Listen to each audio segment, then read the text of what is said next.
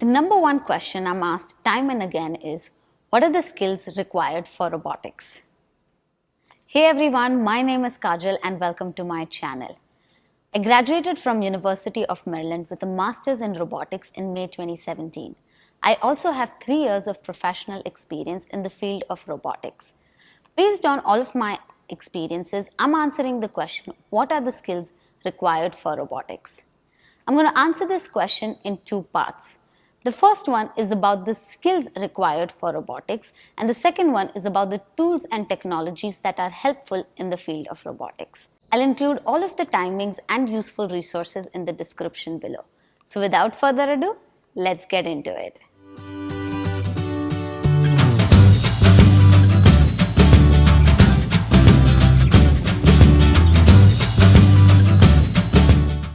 I'm a robotics software engineer, so I'll be answering based on the software perspective. Having said that, the number one skill you need for robotics is coding skills. When I say coding skills, you don't need to learn just print and if-else statement. You really need to learn how to code. This includes writing functions, classes, or other object-oriented principles. Now, basic robotics can be done with just if-else, such as a line follower. However, if you want to advance in the field of robotics, you really need to learn how to code. I would recommend take a little bit of time and learn how to code. There are lots of useful resources. I personally used the New Boston YouTube channel to learn how to code. I'll include it in the description below. The second skill you need to learn for robotics is logical thinking. Just like with speaking, you have grammar and words, that is syntax in the programming language. But to formulate your thoughts and articulate, you really need to be thinking. That is what logical thinking is for programming and robotics. In other words, you need to know how to solve a problem. In robotics, this can be how to process sensor data, how to remove noise, and how to compute your motor commands to get the robot to move in a specific direction. And that's it. If you know how to code and you can think logically and solve problems, you can do anything you want in the field of robotics. Another topic I want to talk about is math. Now, I know a lot of people out there will say that math is a must for robotics. I disagree with that. Maths to me is also a form of logical thinking. But you don't necessarily need to know math to do robotics. You need to know how to think logically. And just like any other skill, this can also be learned.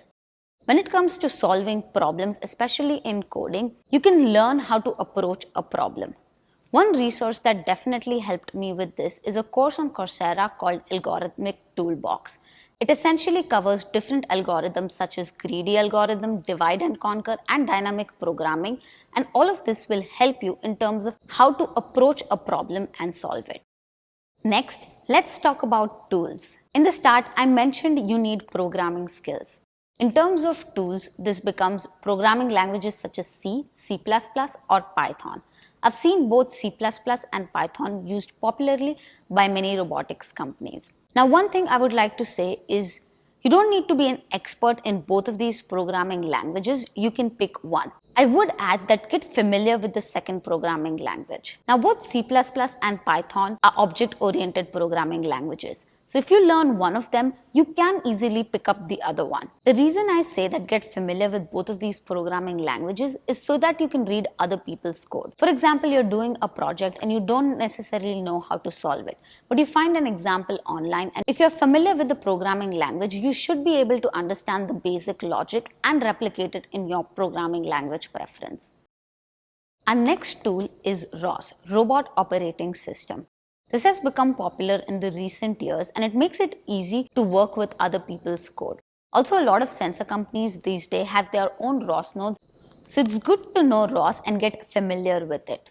You don't necessarily have to spend a lot of time on it. Spend, I would say, a week or 2 and get familiar with the basic concepts of ROS, which is nodes, topics, and services.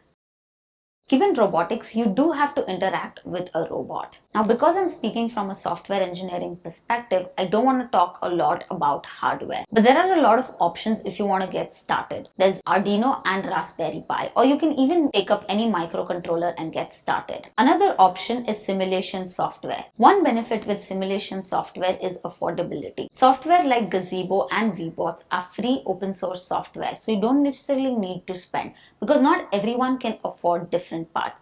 And even with parts such as LiDARs, they can be very expensive and make it difficult for you to enter. In this case, working with simulation software makes it easy for you to interact. The one thing I would say while using simulation software is make sure you account for noise. Now, with real world sensors, you're going to encounter noise. So when you're working in simulation, make sure you know that there's an ideal world and there's a world with noise. So you have to add some sort of controls to deal with noise. Some softwares have noise inherently. With some softwares, you have to make sure to add noise so that it represents real world. Another useful tool in robotics or any software engineering position is Git. Git can be used to control versions as well as to create your own branch and work on your code and not mess up the main code. Again, this is a tool that can be picked up fairly quickly. You can either spend a day or week and get familiar with it. Now, if you're a student, I would highly encourage you start using Git from now for your assignments and projects. Create a GitHub profile and start pushing your code. This way, you would have also created a portfolio for yourself. I would add that make sure to add documentation, and if you've done any images or videos, also upload that. This way, it can become a portfolio where someone can see what you have done. Before I talk about the next one, I want to talk about OS, operating system. For robotics, learn to use Ubuntu. Now, I grew up in India, so I know in schools and colleges, Windows is much more popular, followed by Mac. But if you are serious about robotics, learn to use Ubuntu. Now, you don't have to necessarily buy a new computer or a laptop. Ubuntu is a free open source software, so you can download it onto your current laptop or computer. You can choose to create a partition, that way you can have multiple operating systems on your computer. Just be mindful of the fact that it will take up a lot of your memory space. Now, the reason I say get familiar with Ubuntu is because most of the people in the field of robotics use Ubuntu. So even when you go in the industry and start working with a company, you're more than likely to be using Ubuntu. Next, a lot of resources are also available for Ubuntu. For example, you want to use Python 3 for ROS, and if you Google it, you'll find more resources for Ubuntu compared to Windows. And this is something you'll see with all the other softwares as well. Because most people are using Ubuntu, most answers and resources will be available for Ubuntu. Again, it doesn't require a lot of time. If you spend a week or so, you will start to become familiar with it. With that, the tool I want to talk about is command line. Get familiar with using command line. Again, this is something you don't necessarily need weeks to learn. Spend a day or week and you can easily start using command line. The reason I say this is when you're working with your projects and you're trying to debug code, you don't always look into an editor. If you're connected to a robot, it's more likely that you just have a terminal to access the code and debug it. So learn how to use command line to move files, copy files, and even edit your code. Learn some command line editors such as VI or Vim so that you can easily debug your code when you're connected to a robot and don't have access to an editor. An interesting question I received is the following. I think it would be useful to talk about how to easily acquire new skills in the field of robotics. I'm a student in this field myself, and I think it's hard sometimes to start acquiring a new skill in programming or design, for example, due to lack of documentation, lack of explanation, not too many examples, etc. I agree with the last statement. There isn't a lot of documentation or example when it comes to robotics. Now, one, robotics is a growing field, and second, documentation is kind of that task that you need to do, but nobody really does it because it's boring. Now, if you yourself imagine, especially as a student, you started doing your assignments maybe a week or a day before the deadline, and you never really thought about writing documentation. The same is kind of true in the industry as well. You're always working on lots of these tasks, and documentation is the last thing to be done. But before you get to it, either something else comes up, or because it's boring, you don't really do it. Having said that, acquiring skills in robotics is not necessarily easy.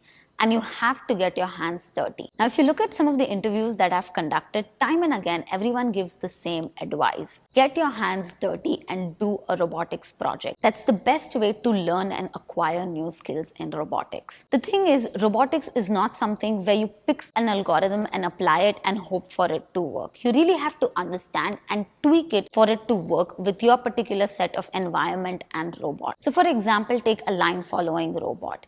The algorithm in itself is very simple, but if you copy and paste it, it might not work for you. For example, the color of your line for the line follower might be different. The ambient light, that is the light around you, might be different, causing the light reflected by the line to be different, and your sensor might not detect the line. So you might have to tweak those things for the line to be detected. All I'm trying to say is it takes time and you have to get your hands dirty to really learn the skills. Giving a personal example, it definitely took me a lot of time to get started with the basics. Even coding, it wasn't that easy and it took me a while before I got good at it. So make sure to give yourself that time and invest in learning those skills. Apart from projects, another useful avenue is robotics competitions. The reason I say robotic competitions is because the goal is already decided and there are concrete deadlines which make sure that you continue working on your project and not get demotivated. Plus, you're working as a team, so you can help one another and also get help from seniors or the community surrounding the competition. Another question I received was, I'd like to request you to provide a sort of guideway to the different domains that this field entails, and if possible, what is required to pursue each of these paths. I do have a video that I'll link in the cards or in the description below that talks more about the different subfields within robotics. Additionally, I've also created a guide with different subfields and a few projects within them that will help you get started within those subfields. You can download it from the description below. Before you go, if you enjoyed this video, make sure to give it a like and tell me about it in the comments below. And if you haven't already, don't forget to subscribe. Thank you for watching and I'll see you in the next video.